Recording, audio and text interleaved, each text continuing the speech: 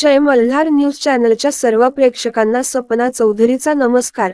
धुळे जिल्ह्यातील कुसुंबा येथील अनुदानित आदिवासी आश्रम शाळेत गंभीर प्रकार उघडकीस। दूषित पाणी पिल्याने विद्यार्थ्यांना उलट्या, ताप, संडासाची लागण। आश्रम शाळा प्रशासनाचे दुर्लक्ष।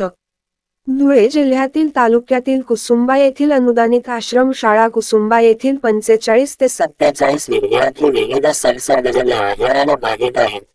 या घटनेनंतर साफसफाई करण्यात आली असून शाळा सुरू झाल्यापासून एकदाही पाणी परीक्षण करण्यात आले नाही।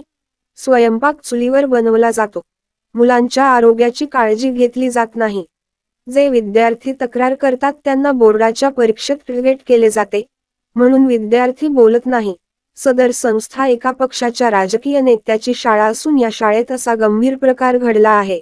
यांच्यावर सरकार कायदेशीर कार्यवाही करणार का, असा प्रश्न जनसामान्यातून उपस्थित झाला आहे। हा सर्व प्रकार कुसुंबा येथील आदिवासी आश्रम शाळेतील विद्यार्थ्यांशी घडत असून त्यांचे अत्यंत हाल होतानाचे दिसून आले आहे। जुलै 20 रोजी कुसुंबा आदिवासी आश्रम शाळेतील विद्यार्थ्यांनी दूषित पाणी पिल्याने उलट्या, ताप, संडास विद्यार्थ्यांना व्हायला लागल्यात। जुलै 17 रोजी विहिरीतील पाणी आटल्याने बाहेरून पाण्याचे टँकर मागितले असेही सांगण्यात आले। एकीकडे विहिरीत शौचालयाचे पाणी जमिनीत मुरते असेही शाळेतील विद्यार्थी सांगितले आहे।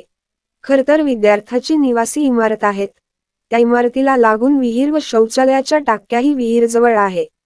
असे दूषित पाणी पिल्याने शाळेतील विद्यार्थी उलट्या, संडासच्या आजाराची बाधा झाल्याचे शिक्षकांना दिसून आल्यानंतर लगेच धुळे जिल्हा रुग्णालयात उपचारासाठी नेले, तरी काही मुली अजूनही शुद्धीवर नव्हत्या। यात लहान मुले जास्त होते। त्याच दिवशी पुन्हा दुपारी आणि संध्याकाळी 3 फेरे ॲम्ब्युलन्समध्ये जिल्हा रुग्णालय धुळे येथे उपचारासाठी आणले।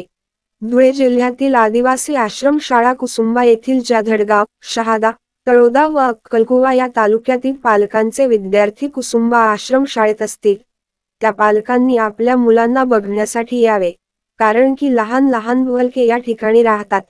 ते कसे राहतात हे पाहणं गरजेचं आहे। अनुदानाच्या लालसेपोटी लहान बालकांच्या जीवाशी खेळलं जात आहे।